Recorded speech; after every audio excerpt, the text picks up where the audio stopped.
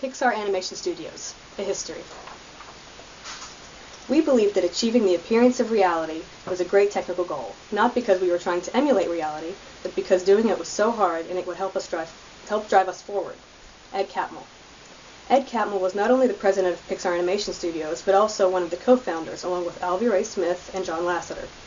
His education from the University of Utah brought us iconic movies such as Toy Story, Finding Nemo, Monsters, Inc., A Bug's Life, and many more. Pixar has broken hundreds of technological and creative barriers since its inception in 1986, and has affected millions of people worldwide. However, it was not always an easy journey for the studio. From 1979, when Catmull went to work for Lucasfilms, he developed a computer animation program along with his colleagues called the Pixar, which had never been done before. In 1984, John Lasseter, who had graduated from CalArts recently, met Catmull, and they teamed up with a dream of feature-length 3D films. In 1985, Steve Jobs, hearing of this feat, invested in Pixar against Apple's will, a very substantial amount of money, getting them off the ground. In 1986, Pixar became an official company making short animated films. In 1987, Pixar developed its first original animation program called RenderMan, which they still update and use today. In 1995, Toy Story was the first ever full-length 3D movie to be released. It swept the nation. In 1997, A Bug's Life was released, and in 1999, Toy Story 2 was released. Toy Story 2 is a great example of Pixar's stumbling blocks. They tried, the first time they tried to make it, they reviewed the film and thought it was garbage, so they just scrapped it completely and started over, and in order to meet their deadline, they had to make the entire movie in 9 months. It's truly an amazing feat. In the new century, Pixar moved to Emeryville, California for a larger studio. In 2001, Monsters, Inc. was released. In 2006, Pixar was bought by Disney, who they had previously partnered up with.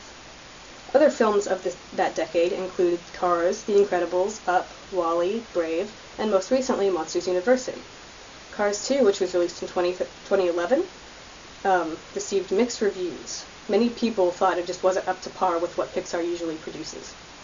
Brave, released in 2012, was groundbreaking for Pixar Studios because not only was it their first fairy tale movie, but it had their first female lead character and their first princess.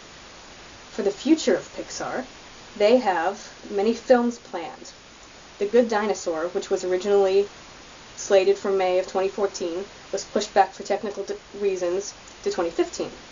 Inside Out, a film which is about taking you inside the mind of a person, is slated for 2015. Rumors of a Finding Nemo sequel called Finding Dory is slated for 2016. They also have a movie about to be released sometime in the future about Dia de los Muertos, or the Day of the Dead. Very little is known about this film yet. In conclusion, Pixar has been the literal root of all CGI movies because they invented CGI animation. Other companies, such as DreamWorks, have attempted to copy them by scrapping 2D animation from their studio completely, but none have been able to catch up with Pixar's vast amount of success. And despite major stumbling blocks, Pixar continues to make incredible films for infinity and beyond.